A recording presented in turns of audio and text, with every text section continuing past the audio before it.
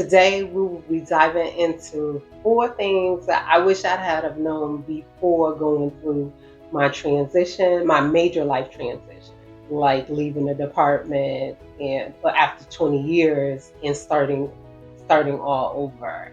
These 4 things, they'll be helpful for any transition because it was also helpful as I was going through my divorce and that type of thing. So I am Shaunda, empowerment coach, a creative, and all around sister friend. And this is Living Love. So, with no more hesitation, let's jump right in with the first thing. So, first and foremost, this is what I would have done. I would have paused, pumped my brakes, something serious. If you're watching me, you're probably a woman who likes to move. You need to be doing something, or you feel like you may be being left behind, you may be restless, you may be feeling like if you're not moving, you're lazy, you're just that person. And that is, I know that's my reality. I'm a mover, I'm a shaker. I have to be doing something.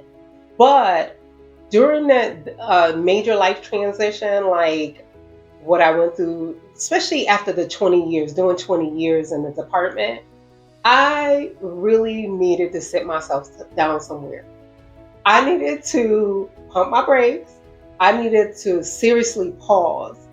And I needed to do that because I was one person in the department, but I realized once I left, even though I lived my life outside of the department, I had my friends, I had my hobbies and stuff like that.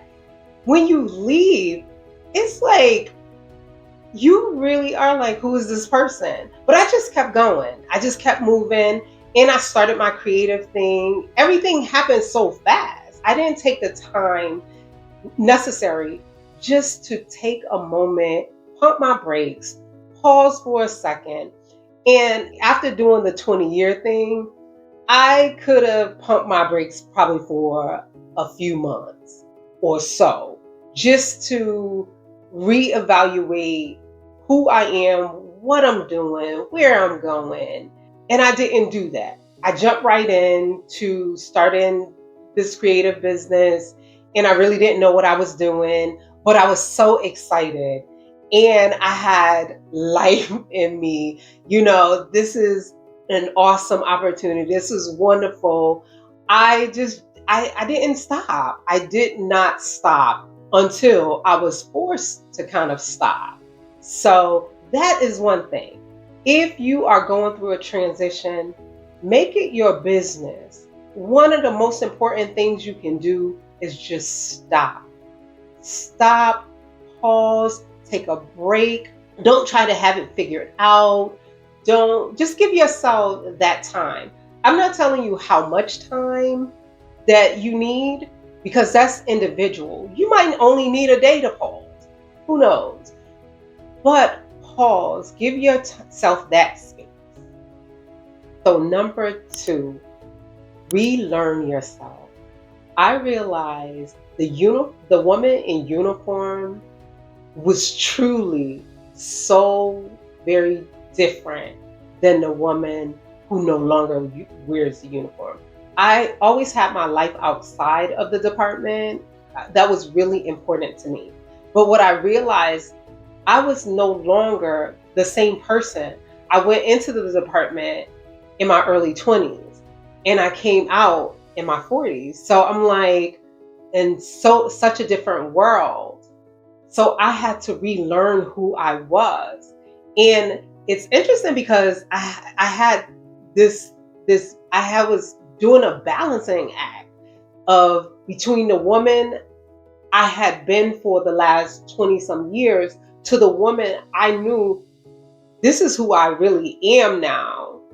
So I had to relearn myself. And I did that in a few different ways. Number one, I retook like the Myers-Briggs.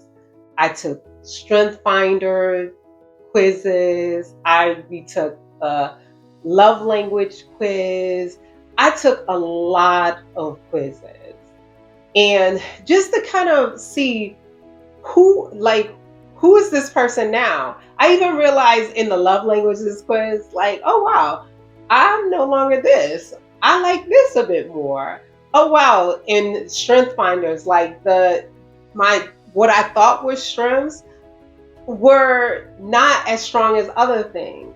So that was a part of my journey, relearning myself. So that should be an important part when you're going through this transition, or even before, especially if things are happening where you can kind of see some changes happening.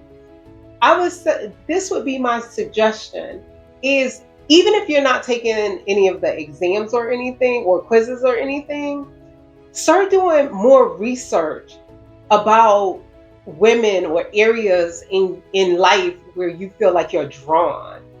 So if you're going through something right now, my challenge is for you, maybe over the next month, take one of these quizzes and see, ask yourself, is there anything that surprises me about these answers?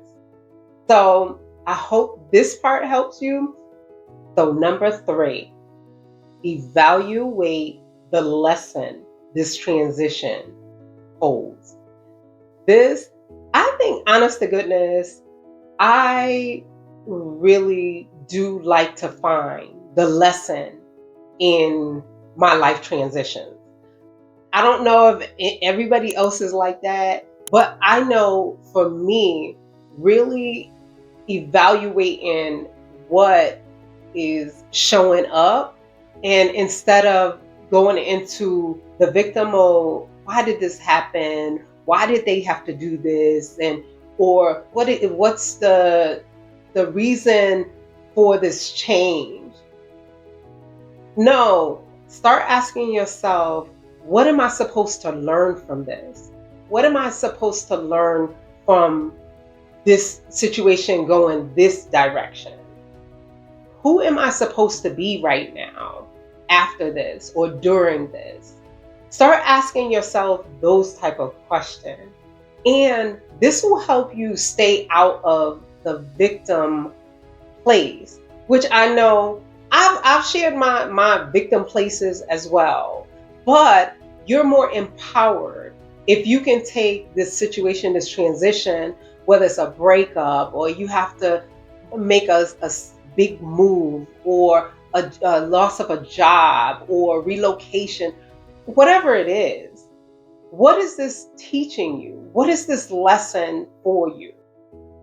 Okay, so number 4, find the theme.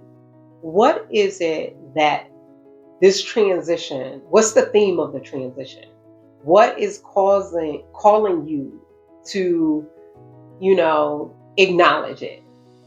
What other change is this transition asking you for? Not just the change that you can see, like leaving the department.